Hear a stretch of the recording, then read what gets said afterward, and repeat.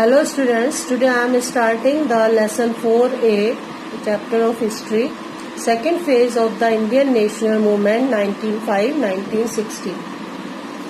The Indian National Congress originated in 1885 AD. At that time, the leaders of the Indian National Congress were the moderates, who wanted to fulfill their objectives by cooperating with the British government in India. Up to 1906 AD, the control of the Indian National Congress remained in the hands of such type of leaders who believed in moderation. But during the rule of Lord Curzon, due to the repressive policy of the British government in India, the differences were created among the leaders of the Indian National Congress. A group of leaders came into existence in the Indian National Congress who did not believe in the sympathy and justice of the British government in India. They were called the radical nationalists or the assertive nationalists. And these were the prominent leaders of Lala Lajpat Rai, Bal Gangadhar Tilak, Bipin Chandra Pal were the main leaders of the assertives. Why should they be called radicals? They had no faith in English institutions. They were of the opinion that the British had achieved the political power in India through unjust and improper means. They did not support the moderates' theory of culture, economic and social reforms. They believed in Swaraj should be achieved and all other reforms could be brought. They did not believe in adopting the constitutional method of the moderates. They advocated the adoption of the revolutionary means for the fulfillment of the demands. What were their objectives? The main objective of the assertives was to achieve complete independence or Swaraj. What were the causes of the rise of the radicals or the assertive nationalism? The rise of assertive nationalism may be attributed to the following factors. Number one, disillusionment with the early nationalists. The moderate leaders made petitions and passed resolutions to present their demands to the British, hoping that they would get justice. Their expectations were not fulfilled.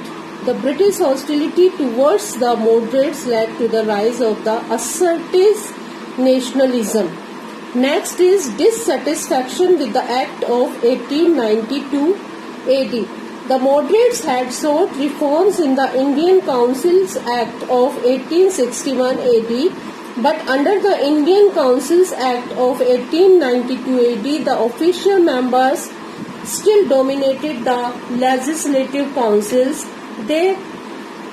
This failed to satisfy the younger elements in the Congress and they turned to the radical means. Next is economic exploitation of India.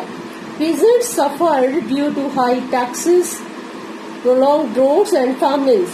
The farmers were forced to grow certain crops like tea, cotton, indigo, etc.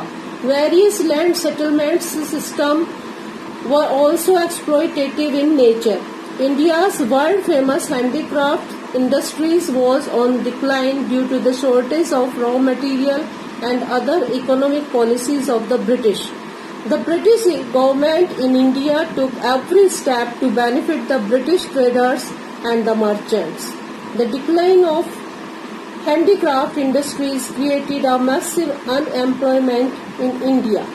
Next is famines and plague. The drought of 1896-97 AD brought widespread famine, causing nearly 45 lakh deaths. A terrible famine again broke out in 1899-900 AD. Plague in Maharashtra. The British government in India did not take measures to solve the problem of famine.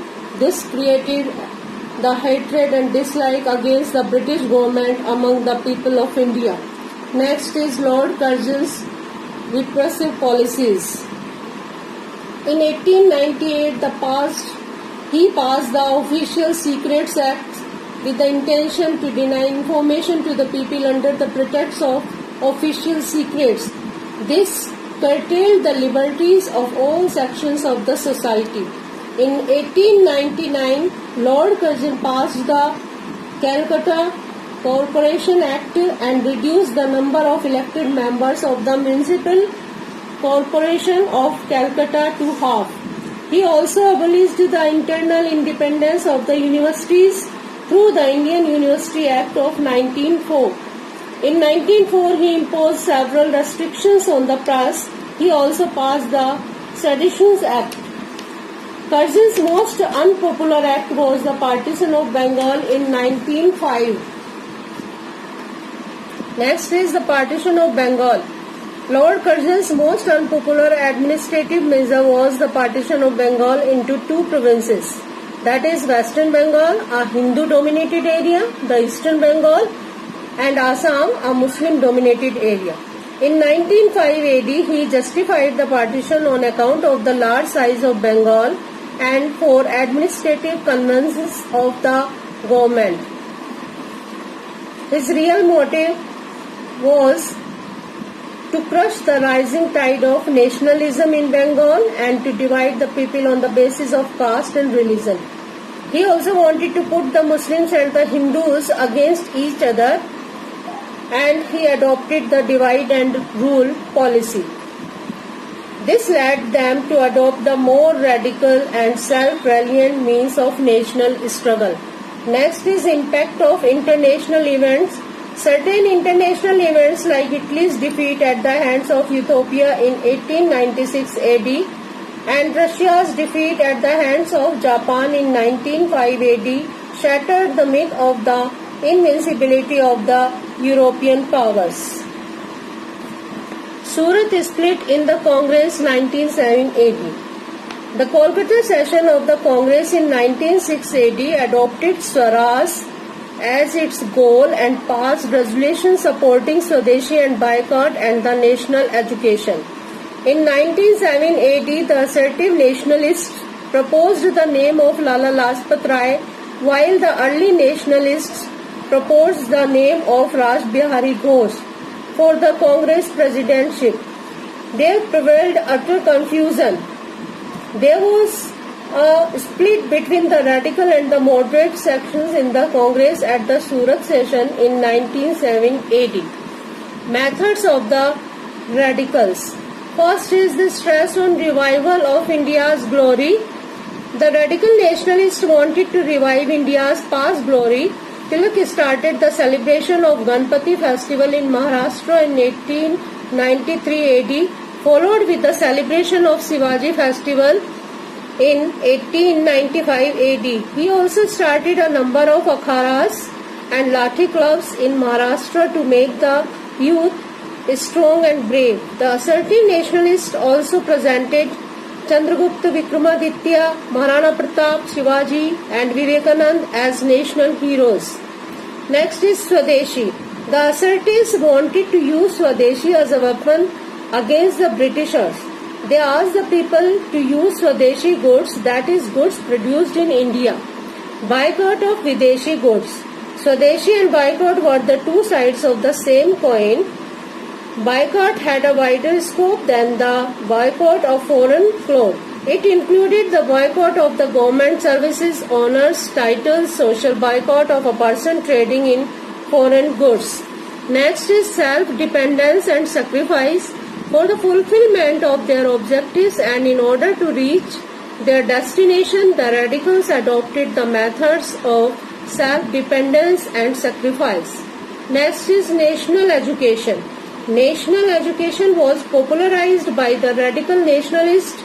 It included secular education, moral education, political education, vocational and technical education. According to them, the aim of education was to build national character and to develop patriotism. Under it, a number of national schools, colleges and some universities were also established. Next is involvement of the masses. The assertive nationalists involved the masses by organizing festivals, boycott, Swadeshi and national education.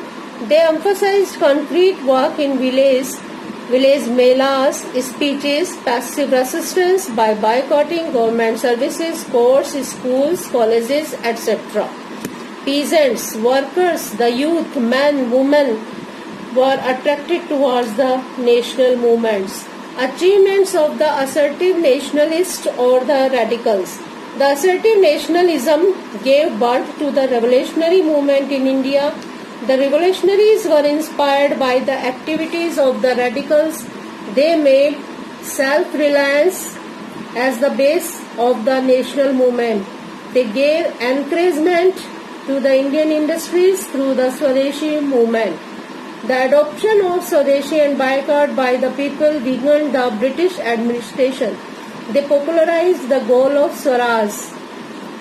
It was under the pressure that the Congress adopted the resolution for Swaraj, Swadeshi, boycott and national education in 1906 AD. They revived the Shakti cult through akharas, lathi clubs, celebration of Ganpati and Shivaji festivals.